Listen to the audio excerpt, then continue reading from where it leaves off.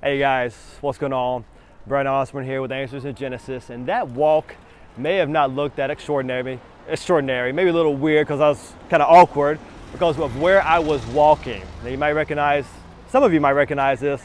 This is Abbey Road. This is the crossing at Abbey Road. Now, if you're not familiar with it, this is where the Beatles iconically crossed this road, took a picture as the cover for their album. And of course, Beatles are a really known singing group in history around the world. And this is the spot where it happened, actually where they crossed. And it's funny, as we've come here, people all day long are crossing the street just like that and taking that iconic picture. And it's kind of funny. It's a zebra crossing, as it said here in England. We're actually in London. And it's just it's a normal crossing like any other place, except the fact of who crossed it.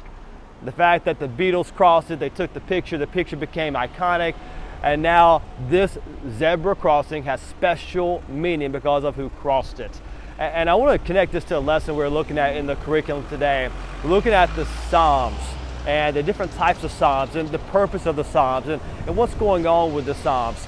And you know, the Psalms are incredibly special, because who's ultimately the author, which is God, but also who they're directed to.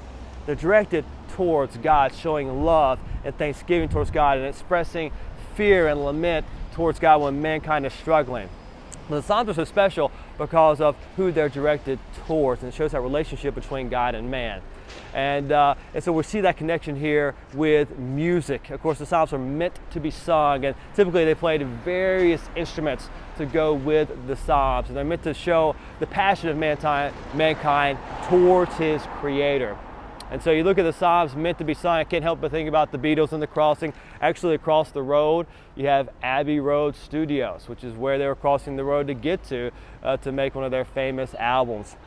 Really pretty iconic place. And you know, so often today when people do music, when they sing even secular music, it's a form of worship. I mean, they're excited, they're singing, they express an emotion of some sort or praise or adoration towards something. And the Psalms are meant to worship the one true and living God. Now we have three basic types of Psalms that we look at in the lesson. You got Psalms of praise that are just lifting up and praising and exalting the one true God, the Creator God, the Sustainer God, the provider of all our needs, the God who fulfills His promises. Just praising God for who He is. Then you got the Psalms of thanksgiving, which are just thanking God for His gifts or for His covenant or for keeping His promises, or just thanking Him for who He is, or thanking for what He is doing or what He's brought someone through. And then you get the Psalms of lament, where people are broken and downhearted. Something has happened in their life, and they're just crying out to God, expressing their dismay of the situation, and just crying out for help, for mercy, for their God to reach down into their lives and sustain them through whatever trying time that it is. And of course, as you read the Psalms, you recognize there are multiple authors for the Psalms. Of course, the primary author is David. And looking at David's life, you can see all those emotions about praise, thanksgiving, and lament expressed in his life, and they're expressed in the Psalms.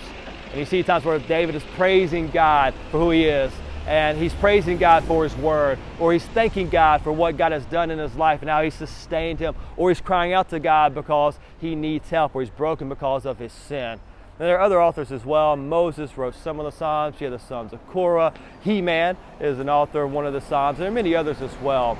But they all have that same general theme of those three key things: praise, thanksgiving, and lament. And really what the Psalms show us is man directing his thoughts towards God, praising God, thanking God, and giving lament towards God, saying, God, help me, sustain me. And we can really think as people, we can relate to all those emotions.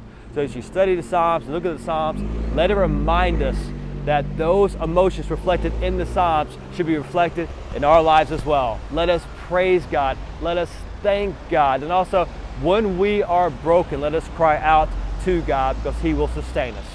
You guys have a good day.